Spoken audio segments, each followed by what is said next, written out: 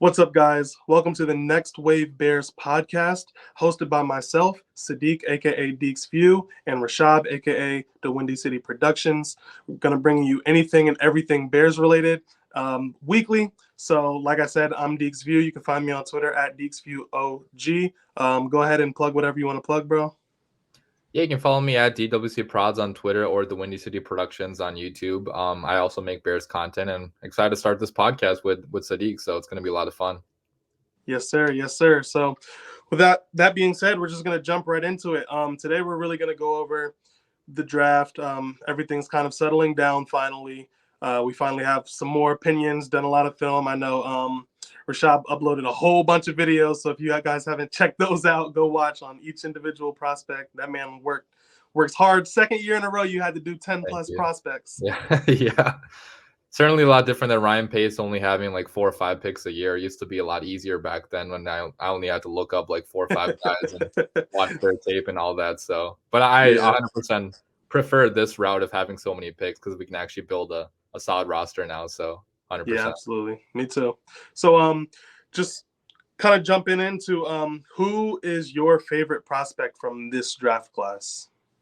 Yeah, sure. So my favorite prospect has to be Darnell Wright, offensive tackle we took in the first round, just because I know that's the easy answer because he was our first pick, but I was high on this guy for a long time. In my mock draft, like maybe in January, February, I selected him in the second round, back when his stock was a little bit lower. His stock went a lot higher, obviously, after the draft process, after teams did testing with him, did interviews with him. And I also read an article on the Chicago Tribune, I think, where the writer talked about like how Poles and the Bears organization, they put him through like a grueling workout at House Hall, and he went through the entire workout like a beast. Like he was not complaining about it. He didn't stop or anything. And if you contrast that to a guy like Jalen Carter, who had so many question marks about his his pro day workout, his work ethic, and all that. So I think that from a locker room standpoint, it does make a lot of sense to add a guy like Darnell Wright into the locker room, a guy that works hard, a guy that is a pretty good leader, and a guy that provides protection finally for Justin Fields, right? Like we've been screaming about getting protection for Justin Fields the past 2 years now, and we finally got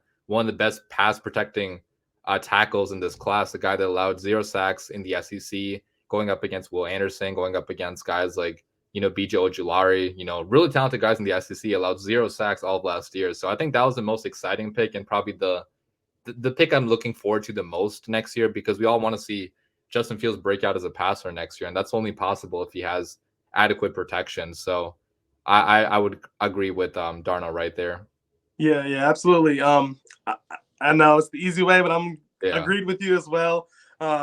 This draft process, I mean, I really did my homework on the first round prospects. I wanted to be really prepared, well-versed. So I really brushed up on anywhere from 20 to 25 guys. And originally it started with Paris Johnson Jr. Everybody kind of said, that was the Bears pick. That was the Bears pick. And it's actually funny because I think I saw one of your tweets where you were like, Braxton Jones is the pick. And it kind of clicked in my mind. And I was like, what if he goes before us? So I'm pretty sure I commented under it and I was just like, if he's there. And sure enough, he ended up going number 6.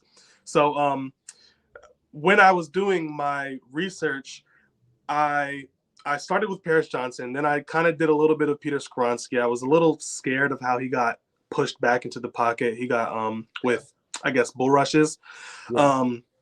Then I kind of moved on to Broderick Jones. I didn't dive too deep into him, but basically, when I got to Darnell Wright's tape, I was blown away. A lot of people were projecting him to go later in the first round. I mean, as late as I've seen mocks with him going 27, 28, 29.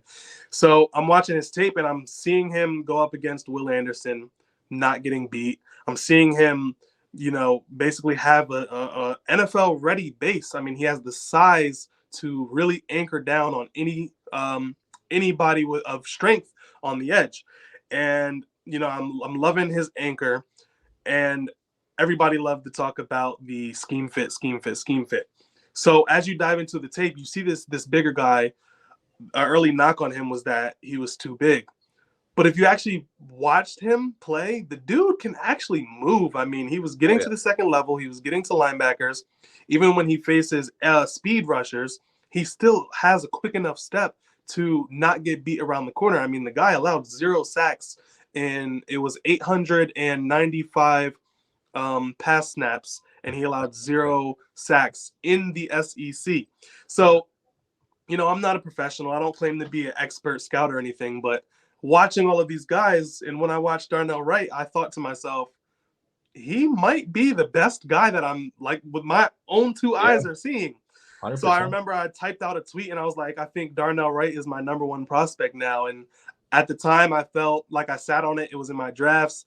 I felt like I was overreacting a little bit. So I kind of kept Paris Johnson 1 on my personal mock or on my personal draft board because the whole scheme fit thing. But like deep down what I saw, I knew what I saw. So hopefully the Bears are going to get everything that he was in college in the NFL. I mean, Justin Fields was sacked 55 times. It was tied for the first in the NFL. And, if Darnell Wright, I'm not going to sit here and say I expect him to allow 0 sacks in the NFL.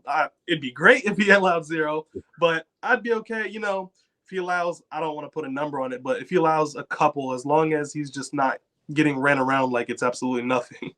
Yeah, I'm glad you brought up the athleticism point of view too, because a lot of people see that he's 330 pounds and think that he can't move, he can't fit the zone blocking scheme, which requires guys to move in space and guys to move laterally. But if you watch him on tape, like you said, like he can move up and down the field, he can bully people, be a monster in the run game. Maybe again not as good as a Paris Johnson Jr., like a Broderick Jones would be in the run game. So right. From a run game point of view, like he's probably not going to be the best fit for the run game, but we're going to be trying to pass the football a lot more next year, right? Like we ran the ball way too much last year with Justin Fields, with all of our running backs. It's a passing league now. So, finally getting a pass protecting guy that can move.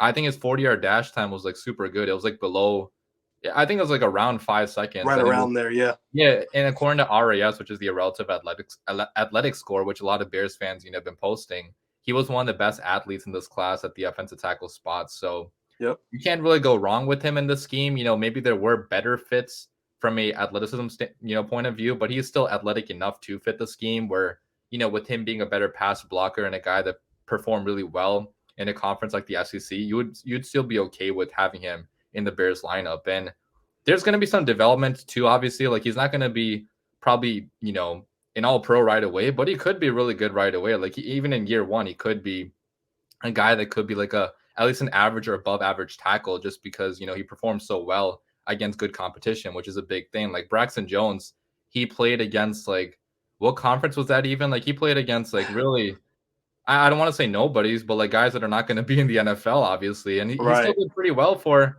being a 5th round rookie, that was pretty raw, a guy that a lot of people thought was not going to be playing until year 2 or year 3. And he allowed a decent amount of sacks, but he still ranked, highly in terms of pass protection, at least, if you compare it to the other rookies in the NFL last year. So there will be like a learning period with any of these prospects, obviously, but especially with a rookie tackle. But I do think he's going to be pretty good right away because he did go up against SEC level competition and performed pretty well. So right. And it's funny you mentioned Braxton, because it's like when Braxton came in, throughout his rookie year, his biggest problem was his anchor. He didn't have the strong enough anchor to stop getting bull rushed.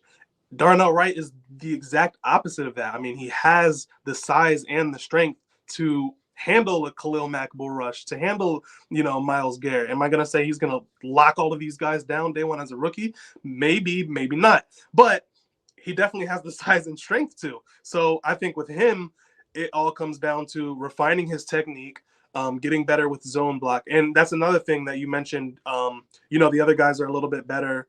Well, like Paris Johnson and Broderick Jones were a little bit better with the zone run. Tennessee didn't run the zone in college, so it's not like we have much tape on Darnell Wright doing it.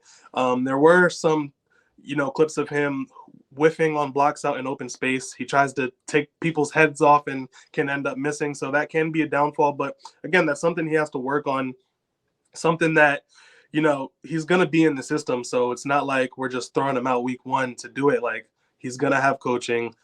He's going to have plenty of time to practice it. And, it just takes time to develop on it. And I do trust our coaches a decent amount too, like our offensive line coach, Chris Morgan. Like, even Darnell Wright talked about how good he was in the interviews. Like, I think his name is Chris Morgan, right? Like he called him Simo. Yeah, Simo. Yeah, Simo. That's my guy. And he's only met with him like a couple days probably in the past. Like they haven't even worked together that much, and he could already tell that that coach was, a pretty decent coach. And our coach working with Braxton Jones, a guy that was a 5th-round pick out of Southern Utah, he turned him into something really good in year one. And working with Tevin Jenkins too, like Tevin Jenkins before this year, I know he'd switched positions, but he struggled last year. Last year, Tevin Jenkins struggled in his rookie year at tackle. They move him to right guard, and he has what could have been like a Pro Bowl level year if the Bears got more attention in the media. Like Tevin Jenkins was that good. So I do trust this coaching staff with the offensive line. Obviously the offensive line was not that good last year in totality, but that's because the talent level was not that good. We had so many injuries too, and horrible center play, obviously. So I do think that there's a lot to like about Darnell Wright with this, with this new coach. Yeah, absolutely. So honestly, I there's, in my mind, I could be wrong, but in my mind, there's a very slim chance that Darnell Wright is not a very solid right tackle for years to come. So that kind of transitioning into our next topic of conversation, biggest boom or bust prospect for me, I'll go first this time. Gervon Dexter, senior, not junior, senior. He, I don't know, when I watched his tape, obviously a lot of people are saying the same thing. He's so slow out of his stance. And then you got people saying that that was the scheme that he played in. Florida had him take a second to read and react to the offensive line. And, if that's the case, if that's what they asked him to do, that's understandable as to why he was so slow out of his stance. But that doesn't necessarily mean he's all of a sudden going to be super fast out of his stance just because he's asked to do it. So for me, when it comes to boom or bust, it's a factor of, has he done it before and can he do it? I think if the coaching staff can get his first step out of his 3-point stance, if they can help him get that down to where he's shooting out and, shooting his gap quick, I think he has the size, the strength, the nastiness, the tenacity, all of the hits philosophy, the hits principles, whatever you want to call it. I think he does have the potential to be maybe not one of the best in the NFL, but at least, very, very, very solid on this defensive line. I think he slots a little bit more into the 1 technique better than the 3 technique. But, Eberflus likes his guys to all be able to switch. He's played both, just like Zach Pickens has played both, just like Andrew Billings is more of a 1 tech. I think Justin Jones is more of a 3 tech. So it's going to be a really nice rotation among those 4. But, I never want to project a bust on a Bears, a Bears player. We're always mostly optimistic. So I'd really hope that he does, pan out. But on the other side, it is worth mentioning that, when you watch his tape, I'm not 100% sure of what kind of impact he can have for us day one. So do you have any comments on that? Yeah, I was gonna say Gervon Dexter as well, because I think that's a lot of Bears fans boomer bust guy, because like you mentioned, he's super athletic. He has all the testing, he has all the tools and the traits that you want to coach up, but he hasn't necessarily proven it yet at the college level. Like he didn't have crazy production at the college level. We've seen a lot of Florida guys maybe not pan out as well into the NFL, which I don't want to go look at his college and say oh, because you went to Florida you're not going to pan out. But we've seen some of those guys in the past, so it is kind of a risk, in the it's a late 2nd round at that point, right? It was pick number 55, right, but we selected him. So I saw a lot of Bears fans saying that this was a massive reach, which maybe to some extent it was a slight reach, because, most mock drafts I saw he was going in maybe round 3, beginning of round 4. But you guys have to remember, the mock drafts are not always they don't reflect what the actual NFL thinks all the time. Right. It's what the, media thinks. It's what fans think. So I wasn't worried too much about reaching a little bit on a position of massive need for the Bears. But we needed a 3 technique, we needed a 1 technique too for the long term. And I kind of want to bring Zach Pickens into this too, because I think that Zach Pickens also is some prospect, right? Both these guys are super athletic guys that you talked about Gervon Dexter with the slow get off. Well, Zach Pickens has a much better get off,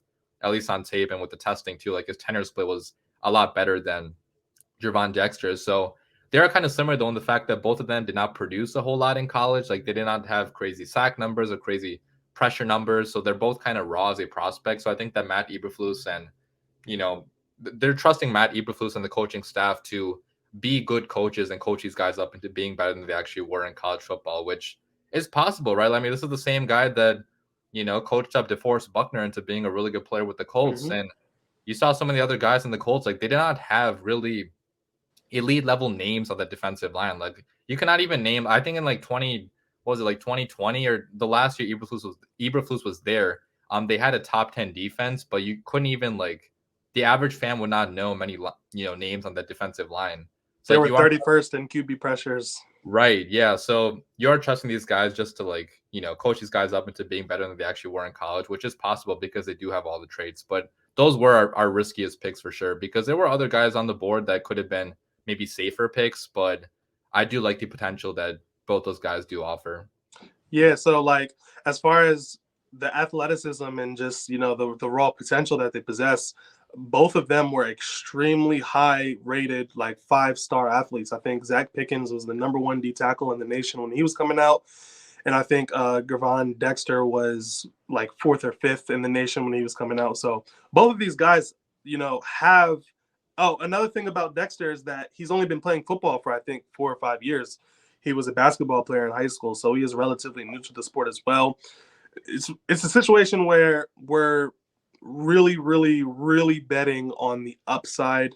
The coaching staff, they have to have the most confidence in themselves to get the most out of these guys. As far as reaching in the second round, I really hate that term because what was how do you say it? Adabaware or Adabare? Adabare, yeah. A lot of people had him going in the second round, or Yeah. even some as high as the late first. And what did he end up going in the 5th round? I think 4th round, like beginning of the 4th or something like that. Right. So, yeah, correct. Well, we had an opportunity in the 4th round to still get him. Mm-hmm. Then we traded back. We traded back, and he was still on the board. So, like, who's to say who was a reach and who wasn't when are we basing it off of what ESPN says? Are we basing it off of PFF? So ultimately the team's draft boards is what matters the most. I think somebody shared it on Twitter. I seen said the Seahawks draft class where they drafted Russell Wilson, was it Bruce Irving? Yeah, Bobby Wagner. Bobby Wagner. Yeah, like they gave that draft class a C plus at the time. Right. So it's like, who really, at the end of the day, draft grades are so pointless. They're fun, they're cool, especially when they're your favorite team and you get a great grade. It's fun to see that. 100%. But how are you gonna know? Because there's the factor. I'll let you go after I say this, but there's a factor of how the player actually fits in the team. It doesn't, in a vacuum of how good a player is, you can't give that a grade because you have no idea how that team plans to use them. Yeah, and it's also the medicals too, which we have no way of knowing, right? Like teams have very complicated, like in-depth, medical evaluations on each of these players. And, I'm not sure if the medicals played a part in passing over some of the other guys, but that's a big thing, right? Like I think that Matt Eberflus, Ryan Poles in this draft class, they selected guys that did not miss any games in college, like at all. Like we talked about this on my live stream too. Like all the guys that we, drafted, most of them have only missed like 1 or 2 games in college ever. So these are like durable guys that can be on the field, that don't have, alarming medicals at all. Because I know that Ryan Poles does not like to take any chances on guys with medical histories. Like, first guy he signed, Larry Ogunjobi, we don't end up signing him because he failed his medicals. So that is one thing also that fans do have to realize. And also talking about the whole reach thing, like it's also, you have to factor in positional value too. And I don't think we reach on any, position in a round where they should not have been drafted. Or like we drafted, defensive line 3 technique in the second round, which is that's a pretty valuable position now. Like a lot of teams in the NFL, they're looking for the interior pass rushers from the inside that can get pressure. That's become the new like edge rusher. Like a lot of teams prefer that, the pressure from the inside, which we are now hopefully getting. So if you look at a team like the Lions, the Lions drafted a running back and a linebacker in the first round. Like I think those would be considered more reaches from positional value because, a lot of data suggests that you should not be drafting running backs that early or drafting linebackers that early. But from a positional value, point of view, I don't think the Bears reached that much per se, even if it wasn't the names that fans, wanted. Yeah, absolutely. So kind of just wrapping that up, we're both in agreement of the biggest boomer bust being Dexter. We hope he booms. We really hope it's a boom. Would really hate to have to debate the latter, but who do you have as your biggest underdog out of our draft class? Yeah, so underdog, I want to say Tyreek Stevenson, just because, even though I guess he's not like viewed as an underdog per se because he was drafted in the second round, we traded up for him, but I don't see too many Bears fans talking about this pick, at least like online on social media, but it's going to be a really damn good pick. I mean, this guy at Miami, like he produced, according to PFF, allowed a very low completion percentage the last 2 years, very athletic guy, a guy that has, scrappy, he's scrappy, he's a good physical guy that, Eberflus loves these type of guys, in the defense. So I think that with him starting on the outside, you can move Kyler Gordon out to nickel, which should be hopefully better for him because he did struggle a little bit on the outside last year, especially at the beginning of the year when, he's going up against very good receivers and not, really doing well against them. So I think for the secondary, this could be like the best possible move, just getting another outside cornerback to, a guy that fits a scheme, a guy that fits a system, a very hard worker, a guy that has tremendous upside too because he is athletic. He's tested super well at the combine. So I got to go with him. I think he might be our best rookie, honestly, next year, maybe aside from like Darnell Wright because he just has all the tools and everything you would want in outside cornerback. So yeah, it's funny to say that a second rounder can be an underdog, a second rounder that we traded up for nonetheless. But like, if you think about it, last year we didn't have a first round pick. So when we picked in the second round and we picked Kyler Gordon, that was our first pick. So everybody did all their research on him. And then this year it's like we drafted Darnell Wright in the first, and then all three of day 2 picks were just like, okay, nobody really, the general populace didn't really know them. And then even to this day, like what, we're four days removed from it and still not a lot of people are talking about it. It's very interesting, but for me, I take interest into the fourth rounders.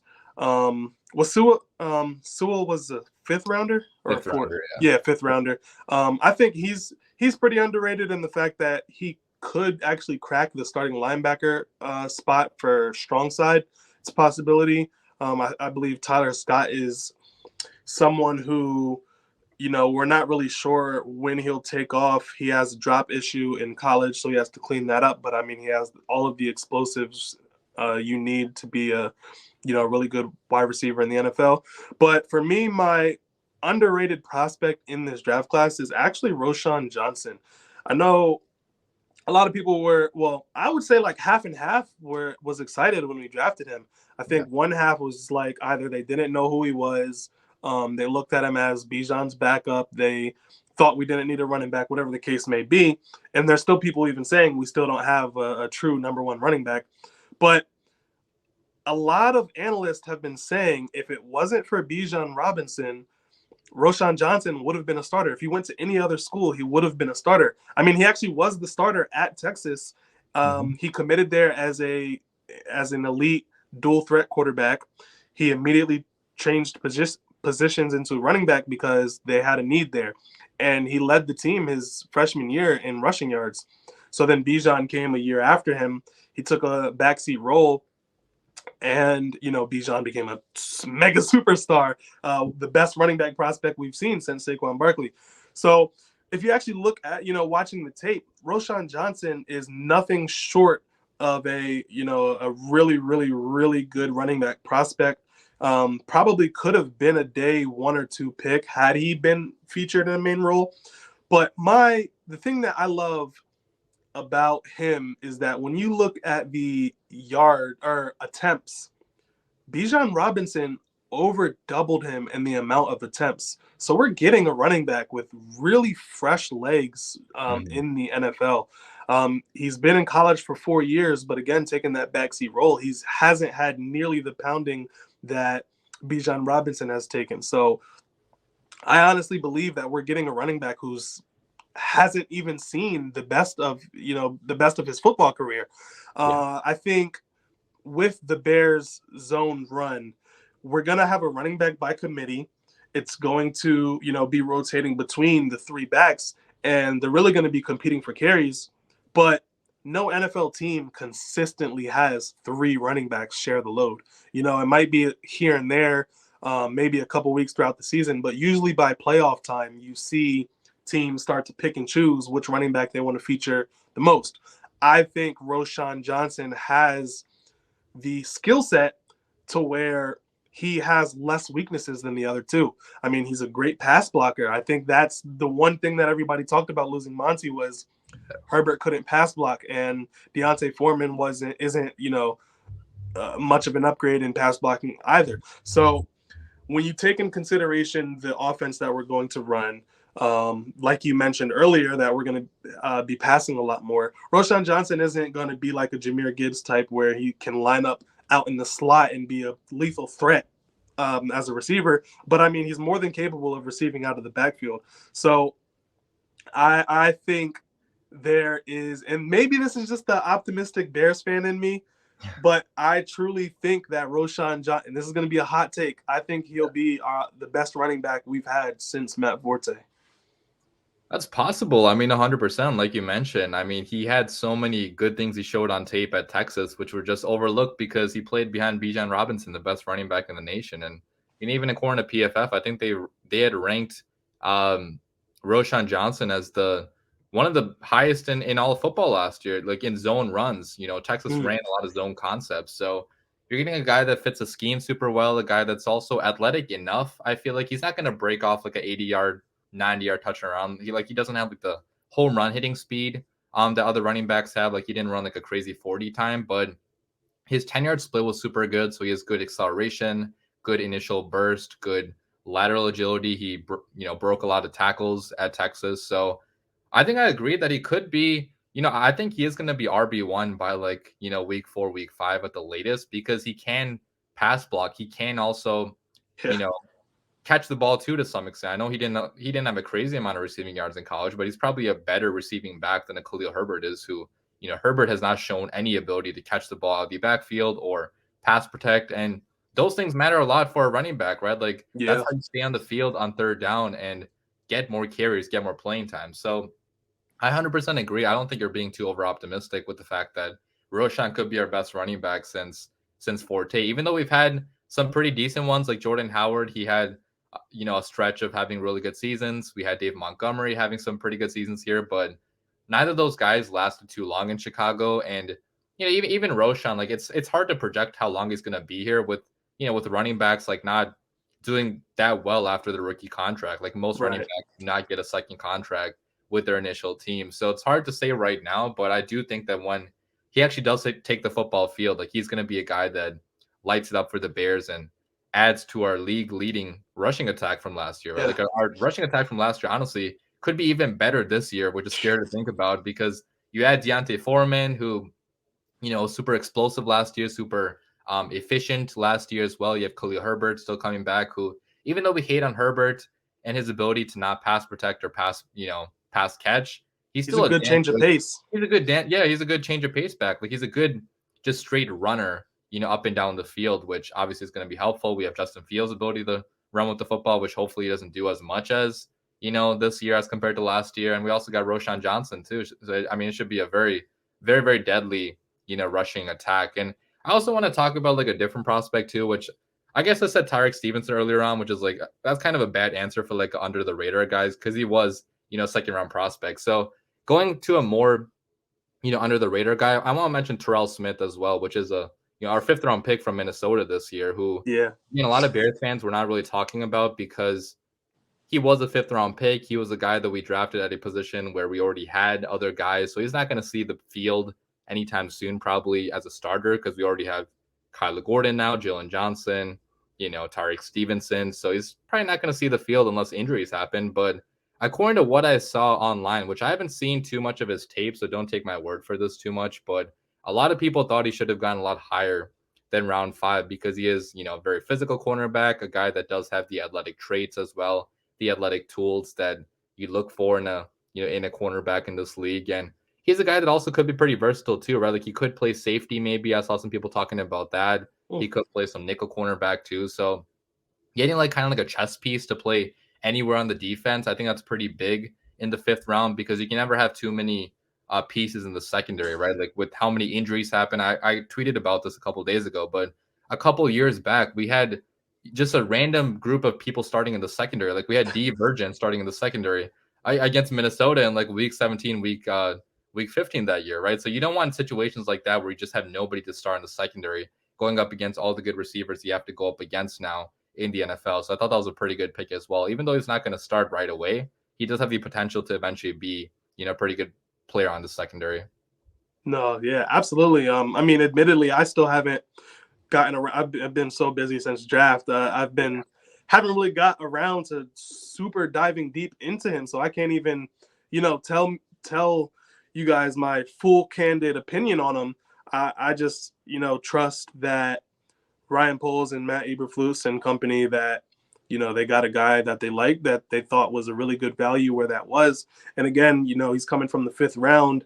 That's Ryan Poles' money round with hitting Braxton Jones and Dominique Robbins, which I mean, that's maybe we'll touch in a different podcast, but Dom Rob might take a huge jump. I mean, when he was drafted in the 5th round, we knew that he was developmental. So, year 2, that's would like to see a jump. But there's Travis Bell, who was drafted in the 7th round. Ryan Poles called him his favorite guy. He's another, really good feel good story. He was working a full-time job while he was in college. 10 draft picks. It's really, hard to say that the majority of them are going to pan out. But when you have 10, you like your chances of more than none. One thing that I did want to jump back to real quick with Roschon Johnson that you didn't mention is that not only are our run game going to be better from the running back perspective, but also from the offensive line perspective. We signed Nate Davis, who was blocking for Derrick Henry for a while. You have Darnell Wright, who's mean, nasty, and once he gets everything together technique-wise, our run game is going to be virtually unstoppable. And one last thing I do want to say about our run game is that I have to see a play where Roschon lines up at quarterback and Justin Fields lines up at running back again, like the Lions game. You already know it's going to happen at some point next week. It has to. I mean, that's going to be wild. Yeah, I mean, it's pretty cool to add a former quarterback too. Just in case anything happens with our backup quarterbacks. Like I remember like a few years back, we had a situation where people were wanting David Montgomery to start at quarterback because we just had nobody for that game. I think that we had multiple injuries back then. So twice that happened this year again. When, I think it did. Yeah. Because Fields got injured, I think, a few games down the stretch. So yeah, we had Peterman, and whoever the other guy was. Well, Simeon was the backup, but but Peterman wasn't suited up that game or something like that. Yeah, I don't know what exactly happened, but it's pretty fun to have a former quarterback on the roster. So, how do you feel altogether about the draft class as a whole coming in and joining our current roster?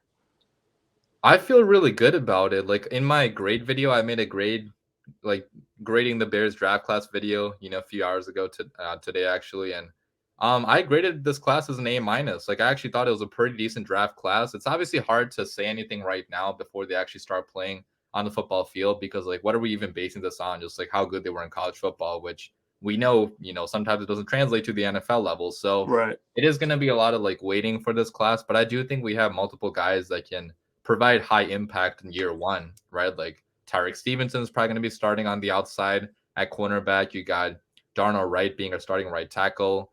Most likely, and then we got, defensive tackles that one of them I think is going to start. I'm not sure which one is going to start, but either Pickens or Javon Dexter, like one of them 100% is going to start, this year at some point. So we got so many high impact, even Roschon Johnson too. Like he could be RB1 by week 4, week 5, once he gets more experience in the system. So I think that Ryan Poles did a pretty good job of adding like high upside guys in this draft that are not, maybe some of them are not like really good players right now per se, but with coaching, with time, they're going to turn into high-end high-end players in the NFL, right? And the Bears are still they're not in a situation right now where they have to add guys that are going to be, ready to play right away, right? Because we're still probably at least a year away from being in true contention mode when we do have another draft, another offseason. So I do like the high upside value of this class, and also the value he got some of these prospects at, like getting Tyler Scott in round 4, getting Roshan Johnson in round 4, getting Terrell Smith and, Noah Sewell in round 5, which a lot of people thought were draft steals. I think that was, really good value finding by Ryan Poles. And I'm also not going to be too mad about his decision to pass on Jalen Carter like a lot of Bears fans were, because, when you look at the fact that we needed like a stable guy to insert into this program, which is still a building program right now. We had, horrible teams the last, few years. Like we have so many young guys on this team. We're adding a guy like Jalen Carter probably did not make the most sense from a, off the field leadership point of view. So I trust Ryan Poles' evaluation in this class, and we'll see how it turns out in a few years. Yeah, absolutely. This Ryan Poles rebuild it's been known and documented that it's a 3-year process. Last year was stripping everything down, and it was really rough. And in the draft, we got some really big swing, high talent guys. I mean, we got Gordon, we got Brisker, we got Braxton. We are still waiting to see how Dom Robb turns out. We're still waiting to see how Velus turns out. So, and that was just on a really bare team. So they were able to impact very early on.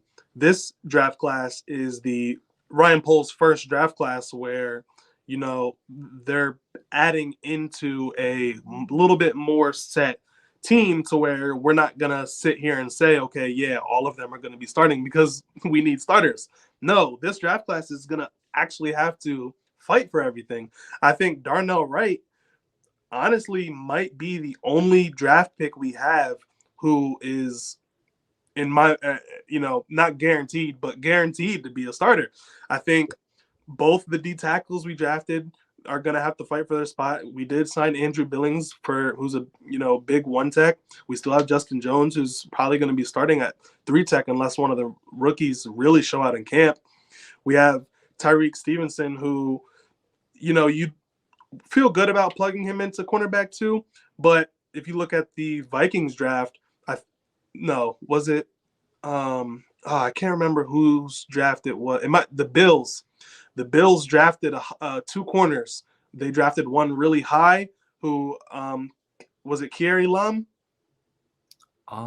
It might have been. I can't remember who, but they drafted one corner really high, and they had one like in the 5th or 6th round. In the 5th and 6th round, 5th or 6th round corner beat out the corner that they drafted really high. So, cornerback is a really, really hard position in the NFL. So you feel good about Tyreek Stevenson, but you can't just peg him in. And then Roshan Johnson is going to have to battle out with Khalil Herbert and Deontay Foreman. Penei Sewell has to, obviously he's not going to be one of the top 2 linebackers, but he can at least fight for the third. Jack Sanborn is coming for him. He's not going to give that up. Tyler Scott is pegged as, he's going to be fighting for wide receiver 4, wide receiver 5. And then obviously the later round guys. So this is a draft where Ryan Poles came in. He didn't try to fill holes. He didn't try to reach on a defensive end just because we need a defensive end. He didn't try to take a center just because the fan base feels like we need a center. He picked the guys who are the highest on their board. They're all going to have to compete for playing time. They're going to have to compete for spots. And again, really, iron sharpens iron. If anybody wins a starting job, that means they won the starting job. They did enough in camp. They showed the coaching staff enough that, they can handle the NFL. So again, they're not just going to be thrown into. I don't think we're going to see another situation where Tyreek Stevenson is thrown into the fire the way Kyler Gordon was, because we still have. People are going to hate that I say this. We still have Kendall Vildor. We still have Josh Blackwell. We still have Jalen Jones that are all going to be competing. You know what I mean? Yeah, so that's a good point. I really love the fact that there's 2 outcomes. Either one, we're going to get a bunch of starters, or we're going to have a bunch of depth. And in this NFL, I think you were tweeting about it earlier. This is something that the Bears have lacked for years and years and years, is quality depth. Every single time we have a big injury or injury to a key player, it almost derails our entire season because we just don't have the depth to really recover. And I think we are getting to that point to where now we're having depth, and it sets this draft class set up next draft class to truly just get ballers and let the best win, and the second best just, all the more depth. Yeah, I like that you talked about the depth, building in this class, because it is good to have a draft class where, like, they're not guaranteed anything, right? Like, they have to fight for their jobs. We already filled in many areas in free agency, getting a DJ Moore so Tyler Scott does not have to be wide receiver number 1 for us, and getting Andrew Billings, getting DeMarcus Walker too, who I guess we didn't draft a defensive end, so that's a bad comparison. But just getting other guys on this team that we're at a level where we can add depth like that and not have rookies have to start. Like, if you look at all the great teams in the NFL, like the Kansas City Chiefs, like the Philadelphia Eagles, like they draft really well every single year, but they also have starters to start year one, while the rookie is developing. Like the rookie doesn't have to start right away because there's already so many other guys in that team. So I do like Eagles. That. Yeah, Eagles. I mean, they had so many good vets. I mean, they drafted who's the guy out of Georgia? Jordan Davis. They drafted last year. He barely played for them. Like, he was a first round pick who barely played, and even this year, like, obviously Jalen Carter is going to play for them, but like they already have other guys in the defensive line that are just so freaking good, where the rookie can sit behind these guys, learn the system, get stronger, get tougher. I mean, in an ideal world, like last year, Braxton Jones would not have to be starting for us, right? Like, we would have, with a better team, they probably would have had a starting left tackle at that point. Now, last year, obviously, we had such a bad roster where he had to start, but this year it's a totally different story. Like, we actually do have pretty quality starters on the team. I don't want to say like too high quality, because we still, we were the worst team in the NFL last year, so it's going to take a while to build this thing back up into being truly elite, but we're getting there now. Like, we're maybe like a year away from being true contenders, I feel like, in the entire NFL. And even this year, like, I don't want to be too optimistic, but I do feel like we could contend, or at least challenge the Lions somewhat for the NFC North, because we do have Justin Fields, the quarterback that all of us are super high on. We have a better team around him now. We arguably have one of the best receiving cores now in the entire NFC, honestly, right? Like, if you look at the top talent and the depth that we have now with Moore, Claypool, Mooney, Tyler Scott. Now we got Velus Jones as receiver number 5. EQ St. Brown as receiver number 6, when last year he was receiver number 2 for us to begin the year. So I just like I love the depth that the Bears have right now, and I do think that it's going to enable us to be better than a lot of fans think right now.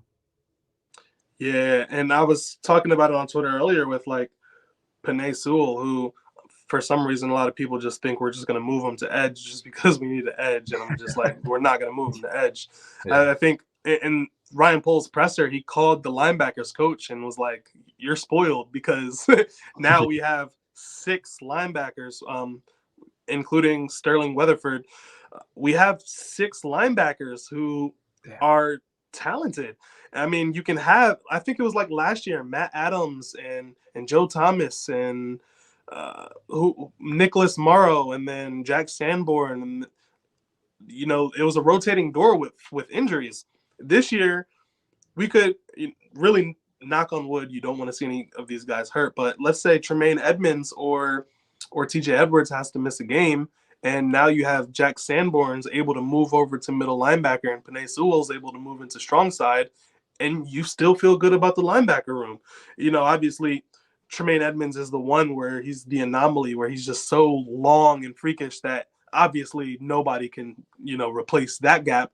But the 4-3 defense is still a simple defense. You don't need a freak athlete with super long arms in the middle. But, as far as, and I think we drafted another safety in the 7th round, which was kind of interesting. 2 years in a row, our last skilled player, or I guess, would D-back be considered skilled? Yeah, on the defense. Yeah. And we're losing DeAndre Houston Carson. I don't know if we signed him back. Well, we didn't sign him back yet or not. I don't know if we plan on bringing him back. I think he's gone. So that'd be interesting to see if Elijah Hicks can fill in that type of role. But then you have all of these. Now we just have a plethora of young guys. We have Kendall Williamson, who was the 7th rounder. We have Terrell Smith, who was the 5th rounder. We have Elijah Hicks, who was the 7th rounder. We have Josh Blackwell. We have Jalen Jones. So we have all of these guys who are now competing to be the special teams aces, who are competing to be the first one in when somebody gets injured. Eventually, payday is going to come for somebody. And if you're buried in the depth chart, you're not going to get a second NFL contract. You're just not, unless it's going to be like for a minimum or like a camp deal. So you really you're going to have to prove yourself one way or another.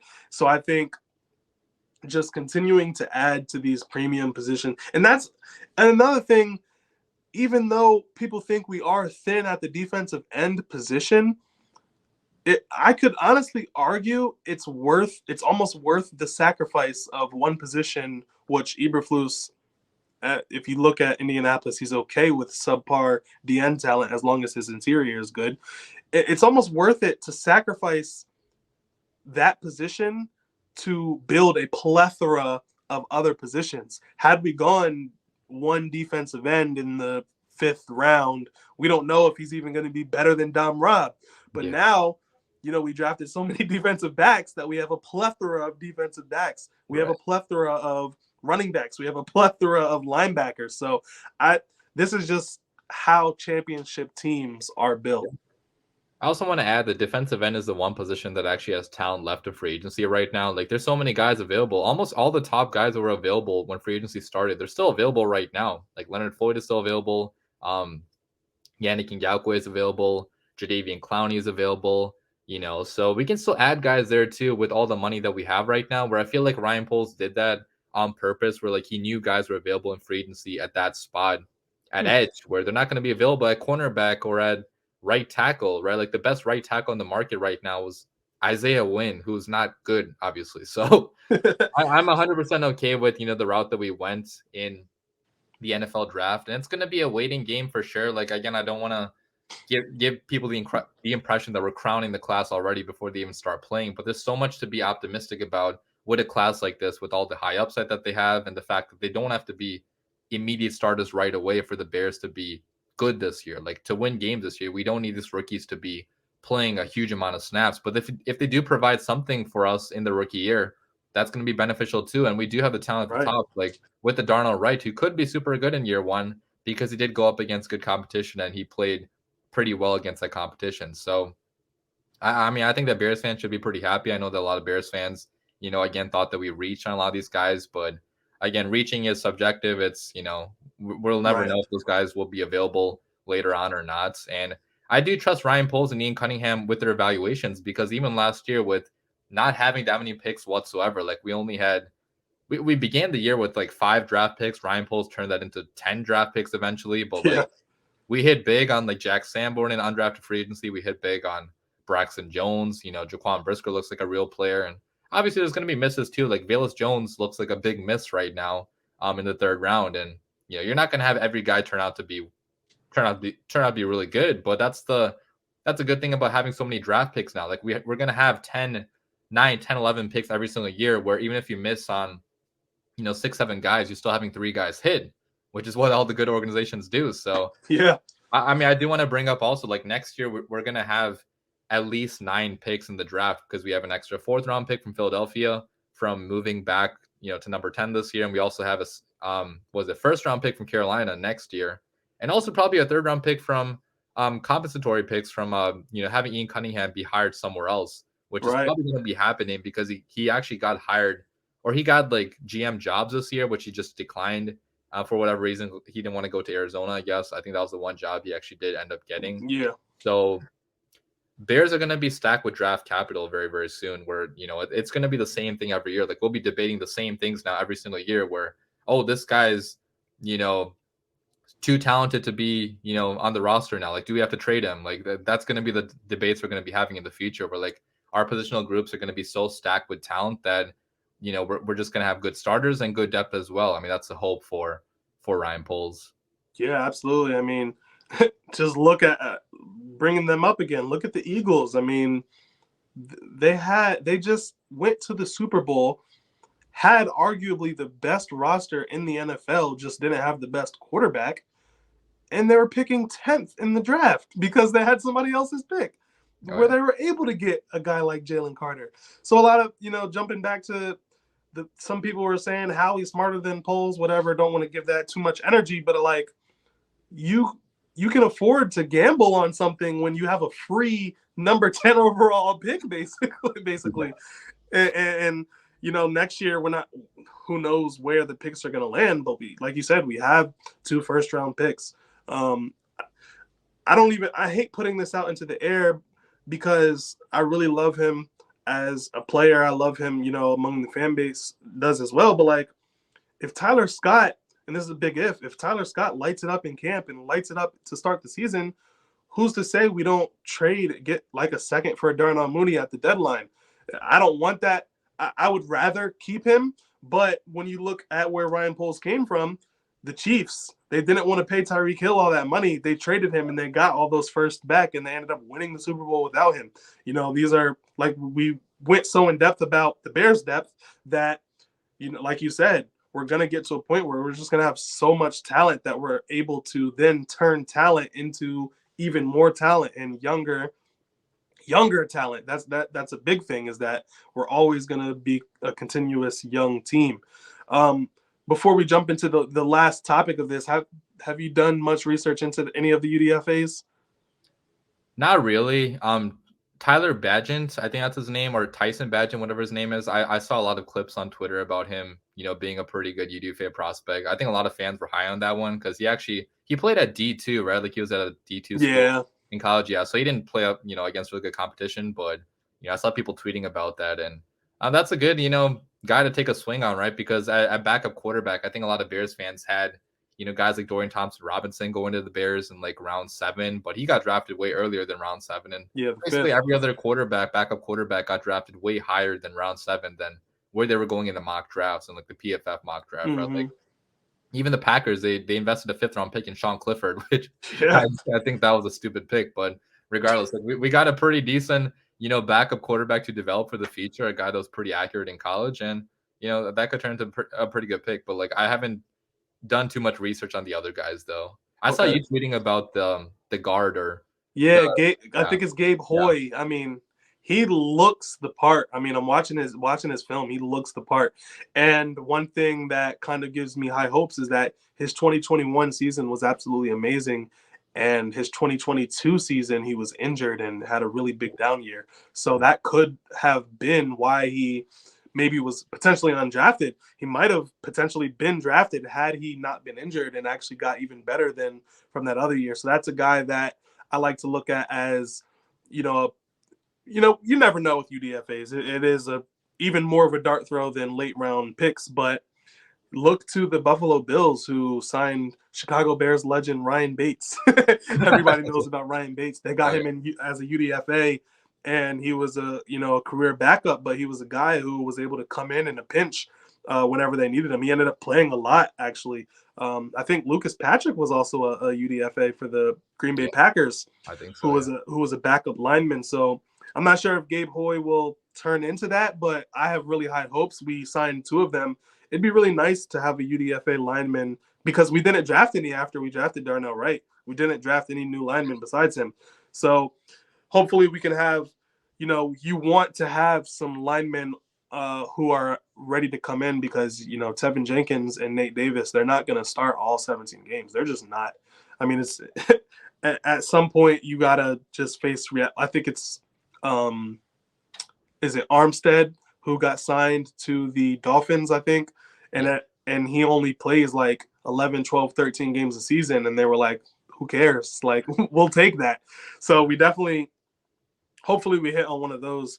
But kind of just wrapping this, first podcast up, how did this class stack up with your class? Well, not the actual players, but coming into this draft, knowing how Ryan Poles operates after you've seen him for an entire year, is there anything that he did that surprised you? Is there anything that he did that you expected because you just learned how he operates at this point? Is there anything, how would you compare last draft process to this draft's process? It's very similar, honestly. Like, I wasn't surprised about anything with this class, because last year, obviously, like, we were super surprised about Jaquan Brisker, Kyler Gordon being our first picks, right? Because every Bears fan was like, oh, why are you not addressing the offense? Why are you, going for a cornerback and a safety, and when we already, people thought we had a pretty decent defense on paper. Well, that's because Ryan Poles usually goes best player available, and I think that's what he did for the most part in this class as well. I think that 2 picks I would say were maybe more need based, like Darnell Wright, I think was actually BP on his board, or he could have been, right? Because I think Darnell Wright was worthy of being a number 10 overall pick. But both the defensive tackles were kind of need based because we did need defensive line, and getting Eberflus's guy at 3 tech, I think that played into that. So maybe that's one area where like it kind of veered off of his normal approach of going BPA. But again, they could have been best player available also on their boards. Like we have no idea what their boards were like. So, but otherwise, I think it was pretty similar to his draft, last year, where he was trying to add value later on in the draft, where just, getting guys that should not have lasted as long as they actually did in the draft. He picked them up, even though they weren't, positions that we actually needed help at. Like linebacker, we definitely did not need another linebacker, but we picked up a pretty good one just for depth, for right now. And looking at the cornerback, Terrell Smith, another guy that we probably did not need right now, but a pretty good value pick later on. And he also traded back one time in the 4th round to pick up the 4th round, or to pick up the 5th round pick he lost by trading up for Tyreek Stevenson. So that strategy of, trading back to recoup more draft assets, I think it's going to be a thing we see from Ryan Poles every single year, because he loves adding more and more picks, because he understands that the more picks you have in a draft, the better you're probably going to do, because it's a lottery. I mean, the more lottery tickets you have, the higher percent chance of winning the lottery. So, overall, I think it was pretty similar. Like now, Bears fans do know how Ryan Poles operates. They know what he looks for. They know he looks for the high RAS guys too. Like we're not going to draft anybody with an RAS below like 7.58, because that's just what they look for in their players, and that's fine. So I think it was more predictable this year for sure. Yeah, absolutely. I think the first round was the only one where we kind of felt where we knew, but we didn't really know, because this was his first round. I honestly do believe that us drafting Darnell Wright, I think that actually did surprise me a little bit, just because Ryan Poles likes to draft people that we didn't want, not that we didn't want, but he tends to draft players that Bears fans didn't have in mind. So this was the first pick out of all of his picks, the only pick out of all his picks where he actually drafted the guy that I wanted in the draft. 100%. So I guess that was, slightly surprising. I was kind of worried it was going to be like Peter Skronsky or somebody. But, I mean, the process, I'm not surprised at the process behind it. I'm not surprised that they had him as BPA. I mean, he's mean, nasty, all the traits. Like you said, the second round, I think I was surprised with the actual players, but I wasn't surprised that it was players that I wasn't thinking that we would have got. I think before one pick, somebody like tweeted or I was on one of the streams and someone was like, "Who do you think it's going to be?" And I'm just said probably someone none of us expected, and that was probably the case for a lot of it. I think Roschon Johnson and Tyler Scott were the only other fan favorites that we picked. Noah Sewell was somebody who we probably would have been discussing had we not signed Tremaine Edmonds and TJ Edwards. So that was kind of a surprise for the fact that we thought that linebackers were done, but like we said, he's going BPA. So if the position group is full, he's still going to go BPA. I think this draft class solidified the fact that Bears fans are used to Ryan Poles' process, and not even just Ryan Poles. We're giving all the credit to him. This is Ryan Poles. This is Matt Eberflus. This is Ian Cunningham. It's a collective effort. They're not Ryan Pace where they're just a rogue GM and doing their thing and saying, here's these guys I get. They're literally sitting in a room and they're all having a collective effort of going through the draft boards and going through prospects that they want. So, yeah, man, I'm really excited. I love the process. I think that we're building a well-oiled machine that even when we lose staff members, we're still going to be able to keep the same machine going because it's a process. It doesn't matter who we have. You can't argue with the process. So I'm really happy. about how we're going about things. I think the future is extremely, extremely bright in Chicago. If you're not on the bandwagon, jump on now, because when we move into the new stadium and we put together hopefully a couple winning seasons, a couple deep playoff runs, I really envision us being one of those perennial, powerhouse NFL teams. So is there anything else that you wanted to say before we wrap this up? No, just that I'm super excited, just like you. I think the Bears fans should be, very optimistic about the future. It might take a while for us to get back. I mean, I don't want to say a while, because I do feel like next year, like, we could be back as like NFC contenders for sure. And even this year, like, you never want to say never. Like, with Justin Fields maybe taking another leap with a better offensive line, with better weapons. Like, Justin Fields has never had weapons anything close to this in the NFL. So who's to say he cannot be a 4K yard passer for the first time ever for the Chicago Bears? I don't want to say that's my expectation for him, but it's possible with the guys that we have now. So, yeah, man, I'm super excited about the Bears season this upcoming year, and also for the future for many, many years to come. Like, I think that now we're actually building something that could be good for 5, 6, 7 years at a time, and not just have 2018 where we're super good for 2018, then we suck the next 4 years. So yeah, I do appreciate that Ryan Poles is building this the right way, and hopefully, it does work out. We'll have to wait and see. So yeah, absolutely. So with that being said, thank y'all for tuning in. It's going to be a fun ride with this podcast. We're going to try to get these out at least once a week. You can follow me on Twitter at DeeksViewOG. That's where I'm the most active. That's where I'm the most interactive. You'll be able to, talk to me. I always try to reply to as many people as possible. My mentions have been getting more and more recently, so I miss some people, but generally I try to get back to you guys and respond. So if you ever have any questions, comments, concerns, whatever the case may be, feel free to reach out to me on Twitter. You want to plug anything before we get off? yeah, you can follow me as well on DWC Pros. I'm also pretty active on Twitter. I'll try to respond to you guys as well. And, I'll be talking about the Bears on there as well, just like Sadeek. So you can follow me there, or just follow my YouTube channel at the Windy City Productions. So excited to get this podcast going for sure. Awesome. So I'm going to take off. See y'all on the next one. Peace Bear out, down. guys.